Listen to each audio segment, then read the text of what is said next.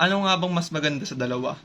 Calisthenics or weighted calisthenics? Para sa akin, mas maganda ang weighted calisthenics. Kasi isipin nyo yung weightlifting pati calisthenics is nagkaroon ng anak. Ang kinalabasan is weighted calisthenics. So mas maganda ang magiging results mo. Okay, isipin mo, mas lalakas ang core mo at makakapag-put ka ng mass sa katawan mo. Kasi kapag nag-weighted calisthenics ka, ang binubuhat mo doon is yung body weight mo plus yung plate na binubuhat mo.